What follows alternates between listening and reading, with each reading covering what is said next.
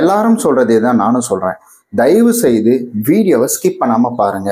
நீங்க என்ன எதிர்பார்த்து இந்த வீடியோக்குள்ள வந்திருக்கீங்களோ கண்டிப்பா அது 100% கம்ப்ளீட் ஆகும். அதுக்கு நான் கேரண்டி. விடி தமிழ் கேரண்டி. என்ன தம்ப்லைன்ல பாத்தீங்க அது அப்படியே இங்க இருக்குங்க. ஸ்கிப் பண்ணாம பாருங்க. சரி, ஓகே. எல்லாரும் சொல்றது உள்ள வெளியில ஒண்ணு வச்சுட்டு உள்ள வேற மாதிரி இருக்கும்டா அப்படின்ற மாதிரிலாம் யோசிக்காதீங்க. அங்க என்ன இருந்துச்சோ அதை எவ்வளவு ஷார்ட்டா நான் அங்க சொல்ல முடியுமோ அதை அங்க சொல்லிட்டேன். இங்க கொஞ்சம் எலாபரேட்டா சொல்றேன். வீடியோவை ஸ்கிப் பண்ணாம பாருங்க. வணக்கம் நண்பர்களே, வெல்கம் டு விடி தமிழ். நான் உங்கள் விஸ்வநாதன். நம்ம இன்னைக்கு என்ன பார்க்க போறோம் அப்படின்னா, எப்பவுமே சரி ஒரு விஷயத்தையும் என் லைஃப்ல இம்ப்ளிமெண்ட் பண்ணதை நான் நம்முடைய சப்ஸ்கிரைபருக்காக கொண்டு வந்து கொடுத்துட்டு இருக்கேன். இந்த வகையில பாத்தீங்கன்னா அந்த வகையில பாத்தீங்கன்னா இப்ப நான் கொண்டு வந்திருக்கக்கூடிய விஷயம் என்னுடைய லைஃப்ல நான் இம்ப்ளிமெண்ட் பண்ண விஷயம் தான். முதல்ல நான் செஞ்ச தவறுனால அதிக கடன்ல போய் மாட்டிக்கிட்டேன். அதுக்கு அடுத்தது அந்த தவறை திருத்திக்கிட்டு மறுபடியும் அந்த கடனெல்லாம் அடைச்சிட்டு ஸோ இப்போ கொஞ்சம் நிம்மதியாக இருக்கேன். அதாவது கடன் அப்படின்றா நகையெல்லாம் எடுத்துட்டு போய் சேட்டு கடையில் வச்சாச்சு. அதுக்கப்புறம் அந்த நகையை முக்கிறதுக்கு நான் என்ன செஞ்சேன் அது எல்லாத்தையுமே இந்த வீடியோவில் பார்க்கலாம். கண்டிப்பாக உங்களுக்கு ஒரு எக்ஸ்பீரியன்ஸாகவும் இருக்கும். என்னுடைய எக்ஸ்பீரியன்ஸை நீங்களும் தெரிஞ்சுக்கலாம். ஒரு லைவ் எக்ஸாம்பிளை எப்பவுமே நம்ம மிஸ் பண்ணிடக்கூடாதுங்க. அதுக்காக தான் சொல்கிறேன். இப்போ இருக்கிற காலமாக இருக்கட்டும், இல்லை இதுக்கு முன்னதாக இருக்கிற காலமாக இருக்கட்டும், எல்லா காலகட்டத்திலுமே ஒரு விஷயத்த காமனாக சொல்லுவாங்க.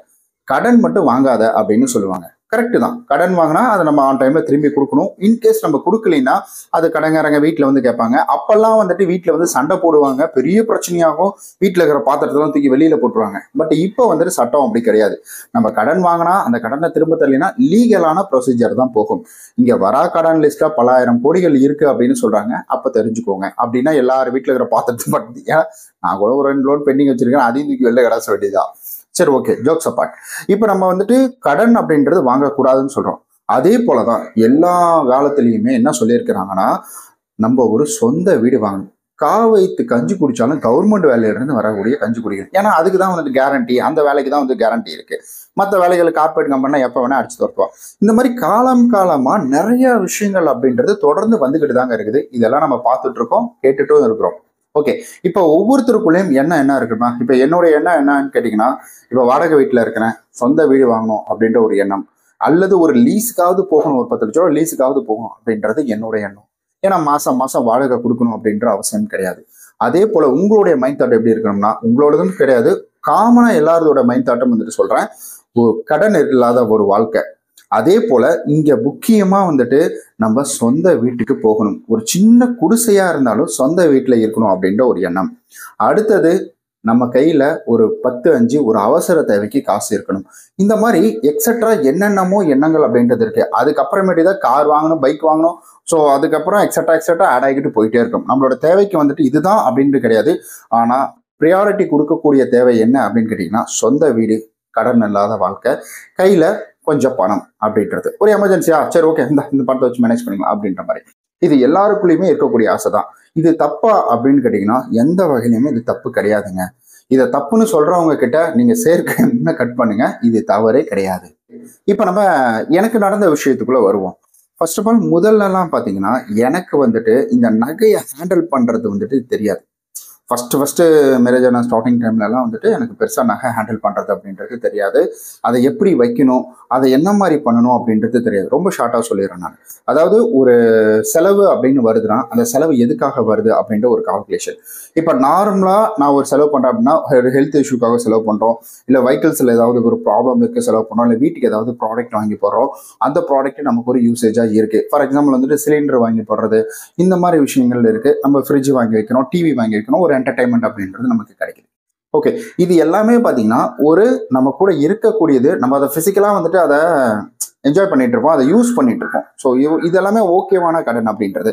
இப்போ நான் நகையை வைக்க போனது அப்படின்றது பார்த்தீங்கன்னா முக்கியமாக வாடகைக்கு பேலன்ஸ் பத்தல. அதுக்கப்புறம் பார்த்தீங்கன்னா எனக்கு வெளியில கொஞ்சமாக கைமாத்தா வாங்கின காசு பத்தல. அதே போல சம்பளம் அப்படின்றது ரொம்ப கம்மியாக வந்துச்சு. 200 ரூபா 250 ரூபா சம்பளத்தில் என்ன பண்ண முடியும்? அப்ப சொல்றேன் நான், அந்த பணம் பத்தல. அப்ப எனக்கு இதை ஹேண்டில் பண்ண தெரியாம நான் செஞ்ச தவறு அப்படின்னு கேட்டீங்கன்னா, கொண்டு போய் ஜுவல்ஸ் வச்சது. அதுக்கப்புறம் பார்த்தீங்கன்னா ஏதாவது ஒரு வகையில மணியை அரேஞ்ச் பண்ண ஆரம்பிச்சது, தெரிஞ்சவங்கள்ட்ட கேட்க ஆரம்பிச்சது, ஒர்க் பண்ற இடத்துல கேட்க ஆரம்பிச்சது. ஸோ இந்த மாதிரி விஷயங்கள் அப்படின்றத நான் தொடர்ந்து பண்ணிக்கிட்டு இருக்கேன். இது என்னாச்சுன்னா ஒரு கட்டத்துக்கு மேல என் கழுத்துல இருக்கிற ஒரு சூழ்நிலைக்கு என்னை கொண்டு விட்டுருச்சு. இது போன்ற என்னென்ன விஷயங்களுக்காக நான் பண்ணணும்னு தெரியாம நான் பண்ணக்கூடிய விஷயங்கள் என்ன அப்படின்னு கேட்டீங்கன்னா, வருமானம் அப்படின்றது சரியா வராம நான் அந்த காசை வந்துட்டு ஒரு நகை மூலியமா அதை வந்து ஃபில்ஃபில் பண்ணிக்கிட்டேன். ஸோ இப்படி பண்ணதுனால என்ன ஆச்சுன்னா எனக்கு ஒரு பேக்கப் அப்படின்றது கிடையாது. இப்போ நான் என்ன பண்ணிட்டு இருக்கேன்னா ஒரே வேலையில தொடர்ந்து நான் போய்கிட்டே இருக்கிறேன். இப்படி ஒரே வேலையில தொடர்ந்து போயிட்டே இருந்தேன்னா அதுல கொடுக்கக்கூடிய சம்பளம் தான் என்னுடைய லைஃபுக்கு ஒரு வீக்கெண்ட்ல ஏதாவது வந்துட்டு நான்வெஜ் எடுக்கணுமா அப்படி அந்த மாதிரி விஷயங்களுக்கு வந்துட்டு அப்படியே தான் போயிட்டு இருந்துச்சு. இப்ப நான் இந்த வீடியோ மூலியமா நான் கத்துக்கிட்டது என்னுடைய வாழ்க்கையில நான் உங்கள்கிட்ட கத்துக்கிட்டது சொல்ல வர்றது என்ன அப்படின்னு கேட்டீங்கன்னா ரொம்ப சிம்பிள் தாங்க. அதாவது நீங்க லைஃப்ல வந்துட்டு நல்லா இருக்கணும் அப்படின்னா ஒரே ஒரு விஷயத்த நம்பிக்கிட்டே இருந்தீங்கன்னா கண்டிப்பா சொல்றேன், நம்மளால வந்துட்டு வாழ்க்கையில சஸ்டெயின் ஆகவே முடியாது. வாழ்க்கையில நம்மளால முன்னேறவே முடியாது அப்படின்றதுல எவ்வித மாற்று கருத்துமே கிடையாதுங்க. இப்ப திடீர்னு நீங்க இப்ப ஒரு வேலை செஞ்சுட்டு இருக்கீங்க, அந்த வேலை போயிடுச்சுன்னா இப்ப நீங்க ஏன் கடன் பிரச்சனையை மாட்டிட்டு இருக்கீங்கன்னு உங்களுக்கு தெரியுமா? நீங்க என்ன பண்ணிட்டு இருக்கீங்கன்னா ஒரே வேலையை நம்பி போயிருக்கீங்க. திடீர்னு அந்த வேலையில உங்களுக்கு ஸ்ட்ரகிள், பிரச்சனை, இல்ல ப்ரெஷர் கொடுக்குறான், இல்ல ஏதோ ஒரு லாப நஷ்டம் இந்த காரணத்தினால உங்களை வேலையை விட்டு தூக்கிடுறான். இப்படி ஒரு சூழ்நிலை அமைஞ்சதுனாலதான் கடனை கட்ட முடியாம நம்ம கடனை வந்துட்டு ரொம்ப பெரிய சுமையா நினைச்சு ரொம்ப கஷ்டப்பட்டுட்டு இருக்கோம். அந்த கடனை சமாளிக்க இன்னொரு கடனை வாங்கி, அந்த கடனை சமாளிக்க இன்னொரு கடன் வாங்கி, இப்படி போட்டு போட்டே வந்துட்டு கடன் மேல கடனை நம்ம தூக்கி தலையில போட்டுட்டு இருக்கோம். இப்ப கடன் அப்படின்றது பாத்தீங்கன்னா யாரு வாங்காம இருக்கிறா சொல்லுங்க? எல்லாருமே வாங்குறாங்க. கோடீஸ்வரங்க முதல் கொண்டு கடன் வாங்குறாங்க. உங்களுக்கு தெரியுமா, கவர்மெண்ட்டுக்கு இருக்கக்கூடிய ஸ்கீம், பிசினஸ் ஸ்கீம் எல்லாம் நிறைய கோடீஸ்வரங்களாம் அந்த கடனை வாங்கி தான் அவங்களுடைய பிசினஸ் ரன் பண்றாங்க. அப்புறம் எதுக்கு பேங்க்ல எல்லாம் வந்துட்டு கடன் அப்படின்றது கொடுக்குறாங்க? லட்சக்கணக்கில் க்ரோஸ் கணக்கில் எதுக்கு கடன் கொடுக்குறாங்க? அப்ப ஏன் வந்து கோடிக்கணக்கில் வந்துட்டு வச்சிருக்கிறவங்க ஏன் வாங்குறாங்க? ஸோ இதுதான் வந்துட்டு முக்கியமான விஷயம். என்னன்னா கடன் அப்படின்றது தவறு கிடையாது. அந்த கடனை நம்ம எதுக்காக வாங்குறோம், நம்ம என்ன யூஸ் பண்ணோம் அப்படின்றது தான். இப்போ எப்படி தெரியுமா இருக்கும் இது எல்லாமே? இப்போ ஒரு கத்தி வந்துட்டு ஒருத்தர் செஞ்சு கொடுக்குறாரு. அந்த கத்தியை வச்சு ஒருத்தரை காயப்படுத்திடுறான்.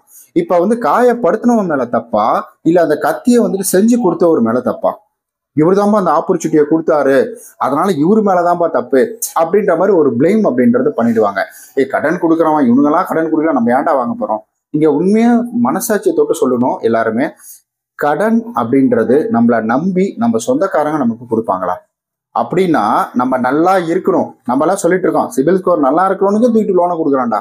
இது எங்க இருந்து வந்ததுன்னா நம்மள்ட்ட இருந்துதான். ஏன்னா நம்ம வந்துட்டு நல்ல ஒரு ஸ்டேட்டஸ்ல இருக்கிறோம், நல்ல ஒரு காசு பணம் உங்க கையில இருக்கு, ரொட்டேஷன் ஆயிட்டு இருக்கு, திடீர்னு ஸ்ட்ரகிள் ஆயிட்டு இருக்கு அப்படின்னா அந்த காசை ரொட்டேஷன் பண்றதுக்கு சொந்தக்காரங்கள்ட்டயோ இல்ல தெரிஞ்சவங்கள்ட்டயோ நீங்க போய் காசு கேட்டீங்கன்னா தூக்கி கொடுத்துருவாங்க. ஆனா அதுவே நீங்க கஷ்டப்பட்டுக்கிட்டே இருந்து அந்த டைம்ல நீங்க போய் வந்துட்டு ஒருத்தட்ட காசு கேட்டு பாருங்க, தரமாட்டாங்க. மூட்டு கொடுத்த காசு நான் எப்படி வாங்குறது அப்படின்ற மாதிரி. இங்க ஏமாத்துறவங்க நல்லா வந்துட்டு சிபில் ஸ்கோர் இருக்கிறவங்க ஏமாத்துவாங்க, சிபில் ஸ்கோரே இல்லாதவங்க கரெக்டா ஜென்யூனா வந்துட்டு பணத்தையும் கட்டுவாங்க. ஒரு சந்தர்ப்ப சூழ்நிலை தான். ஸோ இப்படிதான் இது நடந்துட்டு இருக்கு. அப்ப நம்ம எதுக்காக கடன் வாங்குறோம் அப்படின்றது தான் கரெக்ட். ஸோ அதை தான் நம்ம யோசிக்கணும். அப்ப நம்ம என்ன பண்ணோம்னா பிளைமை தூக்கி வந்துட்டு கடன் மேல போட்டுறோம். கடன் மேல போட்டதுனால, அதாவது கடன் கொடுக்குறவங்க மேல போட்டதுனால, கடன் கொடுத்து உயிரை வாங்குறானுங்கடா, இங்க பண்றானுங்கடா, இவனுங்கெல்லாம் கொடுக்கலன்னா நம்ம ஏன்டா ஆப்ல போய் எடுக்க போறோம் அப்படின்ற மாதிரி வந்துட்டு நம்ம யோசிக்க ஆரம்பிச்சோம். ஒரு சிலர் அதை பத்தி சொல்ல ஆரம்பிச்சிட்டாங்க. ஸோ இங்க எதுதான் மார்க்கெட்டிங் இல்லாம இருக்கு அதை நம்ம தெரிஞ்சுக்கணும். இப்ப நான் வந்துட்டு பயங்கரமா லோனுக்கு முட்டு கொடுக்குற மாதிரி இருக்கும்னா அதெல்லாம் கிடையாது. நம்ம ஒருத்தர் மேல பிளைம் பண்றதுனாலதான் நம்ம அதுக்கான சொல்யூஷனை தேட மாட்டோம். என் மேல தப்பு இல்லப்பா, அவன் மேலதான் தப்பு, அவன் கடனை கொடுத்து என்னை மாட்டி விட்டான் அப்படின்ற மாதிரி அவன் மேல வந்துட்டு தூக்கி எல்லாத்தையும் போட்டுறோம். அதனாலதான் வந்துட்டு நம்ம என்ன செய்யறோம்னா அடுத்த கட்டத்துக்கு நம்ம எங்க போகணும், எப்படி போகணும் அப்படின்றத வந்துட்டு தெரியாம முழிச்சுக்கிட்டு கஷ்டப்பட்டுட்டு இருக்கோம். ஒரு சிம்பிள் வே உங்களுக்கு தெரியும், எனக்கும் தெரியும். நம்ம வந்து கடனை அடைக்கணும் அப்படின்னா முதல்ல நம்ம வந்துட்டு அந்த கடனை அடைக்கிற அளவுக்கு நமக்கு மந்த்லி இன்கம் அப்படின்றது நமக்கு இருக்கணும். அண்ட் அதே போல நம்ம நினைச்சா அந்த கடனை வந்து சுக்குநூறா அடைச்சிட முடியும். அதுல எந்த விதம் வந்துட்டு மாற்று கருத்துமே கிடையாது. ஏன்னா நம்மளுடைய வருமானம் அப்படின்றது இரட்டிப்பாச்சு அப்படின்னா கண்டிப்பா நம்மளுடைய கடனை நம்மளால அடைச்சிட முடியும். நம்ம கையிலயும் பணம் இருக்கும். நம்மளாம் என்ன செஞ்சுட்டு இருக்கிறோம்னா ஒரே ஒரு வேலையை நம்பி கஷ்டப்பட்டுட்டு இருக்கோம். அவன் தான் எல்லாமே, அவன் இல்லைன்னா நம்ம வாழ்க்கை முடிஞ்சு போச்சுடா அப்படின்ற மாதிரி ஒரே வேலையை நம்பி கஷ்டப்பட்டுட்டு இருக்கோம். அப்ப என்ன நடக்கும் நல்லா யோசிச்சு பாருங்க. அவன் சத்தம் போட வேலை இல்லை அப்படின்னு சொல்லிட்டானா அவ்வளவுதான், முடிஞ்சு போச்சு. அடுத்தது நம்ம ஃபேமிலியை ரன் பண்ணவே நம்மள்ட்ட பணம் இருக்காது. ஸோ இந்த மாதிரி நம்ம சின்ன சின்ன தவறுகள் செய்யறதுனால அதனாலதான் நம்ம மாற்றோம். 2 வேலை செய்யுங்க, தப்பே கிடையாது. 2 வேலை செஞ்சுட்டு போங்க. 2 வேலை கொஞ்சம் கஷ்டப்பட்டாதாங்க நம்ம வாழ்க்கையில முன்னேற முடியும். முதல்ல நம்ம ஒரு விஷயத்த தெரிஞ்சுக்கணும். இங்க ஸ்மோக் வருது இல்ல, ஊதுபத்தி ஸ்டாண்ட் அங்க இருக்குது, சாமி கும்பிட்டேன் அதனாலதான். ஏதோ புகை எஃபெக்ட் எல்லாம் போட்டிருக்கான், ஸ்மோக் எஃபெக்ட் போட்டிருக்கான்னு நினைச்சுக்காதுங்க. சரி, ஓகே. நம்ம கஷ்டப்பட்டாதான் நம்மளால வந்துட்டு வாழ்க்கையில சந்தோஷமா இருக்க முடியும். வாரம் 7 நாள் 6 நாளும் கஷ்டப்பட்டு 7வது ஒரு நாள் வந்துட்டு நம்ம ஃபேமிலி கூட ஜாலியா என்ஜாய் பண்றதுக்கு அந்த 6 நாளும் கஷ்டப்பட்டு தான் ஆகணும். நம்ம கஷ்டப்படாம ஒரு விஷயம் கிடைக்கும் அப்படின்னு நினைச்சோம்னா முடியாது. இப்போதைக்கு நான் சொல்றது என்னன்னா, நான் ஒரு எக்ஸ்ட்ரா ஒரு அடிஷ்னல் ஜாப் அப்படின்றத வந்துட்டு ஃபைண்ட் அவுட் பண்ணி தேடிக்கிட்டேன். அதனால எனக்கு என்னுடைய வந்துட்டு கடன் அடைக்கிறதுக்கான சோர்ஸ் அப்படின்றது கிடைச்சது. அதுல இருந்து நான் வந்துட்டு வருமானம் அப்படின்றது இரட்டிப்பாக்கிட்டே வந்தேன் நான். அதை தான் நானும் உங்கள்கிட்ட சொல்றேன். ஒரு அடிஷ்னல் ஜாப் தேடுங்க. என்னால் அடிஷ்னலாக இன்னும் என்னென்ன பண்ண முடியும்னு சொல்லிட்டு யூடியூப்ல வீடியோ அப்படின்றத வந்துட்டு போட்டுட்டு இருக்கேன். ஸோ இந்த மாதிரி ஒவ்வொரு இடமா தேடி தேடி ஓடுற உங்களுக்கு உங்களுடைய கடன் அடைக்க கண்டிப்பாக ஒரு வழி கிடைக்கும். அந்த டைம்ல உங்களை இடையூறு பண்றதுக்கு நிறைய வந்துட்டு கடன் கால் பண்ணும், ஃபோன் பண்ணும். அதெல்லாம் ஒன்றும் பண்ண முடியாது. ஒரு ப்ராப்பர் ரீசன் அவங்களுடைய அஃபிஷியலுக்கு மெயில் பண்ணிட்டு இந்த டேட்டுக்குள்ள நான் கட்டிடுவேன் அப்படின்றது. நீங்க அடுத்த ஜாப்பை தேடி ஓடுங்க. உடனே கட்டியாகணும் அப்படின்றதுலாம் கிடையாது. உடனே கட்டணும் அப்படின்றது இது கிடையாது. முடியல, வேலை போயிடுச்சு, இப்போ வேலை தேடிட்டு இருக்கேன், அந்த வேலையில வரக்கூடிய பணத்தை தூக்கி இதுல போட்டு கட்ட முடியுமா அப்படின்னு கேட்டீங்கன்னா ரொம்ப கஷ்டம். நீங்க அதனாலதான் சொல்றேன், இப்போ முதல் கடன்ல இருந்து நீங்க அடுத்த கடனுக்கு போறீங்க அப்படின்னா, இப்போ உங்களுக்கு வேலை இல்லை, அந்த கடன் அடைக்கிறதுக்காக வேற கடன் வாங்க போறீங்க அப்படின்னா, அப்ப கண்டிப்பாக நீங்க பண்ணாதீங்க அந்த தவிர. வேலையை தேடிங்க. ஒரே ஒரு பிரச்சனையா வச்சுக்கோங்க, அதை மல்டிபிள் பிரச்சனையா மாத்திடாதீங்க. எனக்கு பிரச்சனை வந்துட்டு நான்லாம் எவ்வளவோ இதுவாயிட்டேங்க. சீட்டு போட்டு சீட்டில் அவங்க வந்துட்டு பண்ணி, ஆனா ஒரு வார்த்தை சொல்லுவாங்க, செய்யுங்க இருக்கு, இந்த மாதிரி ஒரு சில நல்ல மனுஷங்க இருக்கிறதுனாலதான் நாட்டுல மழை பெய்துப்பாங்க. ஸோ எனக்கு இருந்தவர் அவர் என்ன செஞ்சாருன்னா, எனக்கு நிறைய வந்துட்டு ஆஃபர்ஸ் கொடுத்தாரு. எப்படின்னா, அவர் பணத்தை போட்டு அவர் கட்டிடுவாரு. ஏன்னா 4 பேருக்கு காசு இல்லைங்களா, அவர் பணத்தை போட்டு கட்டிடுவாரு. அவர் கட்டிட்டு என்கிட்ட வந்துட்டு சம்பளம் வாரானா வரும், அப்போ அந்த காசை வந்துட்டு வாங்கிடுவாரு. நான் பண்ண தப்பு அதுதான். அதை பண்றதுக்காக முதல்ல என்னுடைய வேலையை ஸ்டடி பண்ணிட்டு நான் உள்ள போயிருந்தேன்னா கண்டிப்பா என்னால் அதை சமாளிச்சிருக்க முடியும். என்னுடைய வேலையை ஸ்டடி பண்ணாமலே நான் அதுக்குள்ள போய் மாட்டிக்கிட்டேன். நான் அந்த தவறையும் நீங்க செய்யாதீங்க அப்படின்னு சொல்றேன். முதல்ல சம்பாதிக்கிறதுக்கு கூச்சமே படாதீங்க. நம்ம ஒன்றும் திருடலை, பொய் சொல்லலை, நம்ம ஒன்றும் யாரையும் ஏமாத்தலை, எதுவும் நம்ம பண்ணல, இல்லீகல் ஆக்டிவிட்டிஸ் நம்ம பண்ணல. நம்ம சம்பாதிக்கிறதுக்காக ஒரு சில வேலைகளை செய்கிறோம். ஒரு சிலர்லாம் வந்துட்டு என் சொந்தக்காரன் பார்த்தா வந்துட்டு என்ன நினைப்பா, நான் ஸ்விக்கியில் வேலை செய்கிறேன், நான் சொமேட்டோவில் வேலை செய்கிறேன், நான் ஊபரில் காய்கறி டெலிவரியில் நான் வேலை செய்கிறேன். நான் இது எல்லாமே வந்துட்டு என் சொந்தக்காரன் பார்த்தா வந்துட்டு கேவலமாக நினைப்பான் அப்படின்னு வந்து யோசிக்கிறாங்க. இங்கே கேவலமாக நினைக்கிறவன் யாரும் உங்களுக்கு ஒரு 10 ரூபா வேணும்னா கொடுக்க மாட்டான். அதை முதல்ல புரிஞ்சுக்கோங்க. இங்கே அசிங்கம் அப்படின்றது கிடையாது. என்னெல்லாம் எவ்வளோ பேர் கலாய்ச்சாங்க, ஃபேமிலியில கலாய்ச்சாங்க. ஸோ என்ன தேங்காய் வச்சு வீடியோ போடுறீங்க, மாங்காய் வச்சு வீடியோ போடுறீங்க அப்படின்ற மாதிரிலாம் கலாய்ச்சாங்க. அதெல்லாம் தட்டி விட்டு போயிட்டே இருக்கணுங்க. அவ்வளோதான். தட்டி தட்டி தட்டி விட்டுருங்க. அதை பற்றி யோசிக்கவே யோசிக்காதீங்க. பேசுகிறவங்க பேசிகிட்டு இருப்பாங்க. நம்ம லைஃப்ல முன்னேறணும் அப்படின்னா இங்கே கஷ்டப்படாமல் முன்னேற முடியாது. இங்கே கஷ்டப்பட்டவங்க தான் முன்னேறி இருக்கிறாங்க. ஓகே, இந்த வீடியோ இதோட முடிச்சுக்கலாம்.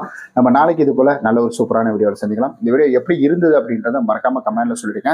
இந்த மாதிரி பிசினஸ் ஐடியாஸும் நிறைய இருக்கு, அதையும் நான் உங்களுக்காக கொண்டு வந்து கொடுக்குறேன். மறக்காம நம்மளுடைய வீடி தமிழ் சேனல் சப்ஸ்கிரைப் பண்ணிக்கோங்க. நம்ம நாளைக்கு இது போல வேற ஒரு பயனுள்ள வீடியோவில் சந்திக்கலாம். அதுவரை உங்களிடமிருந்து விடைபெறுவது உங்கள் விஸ்வநாதன்.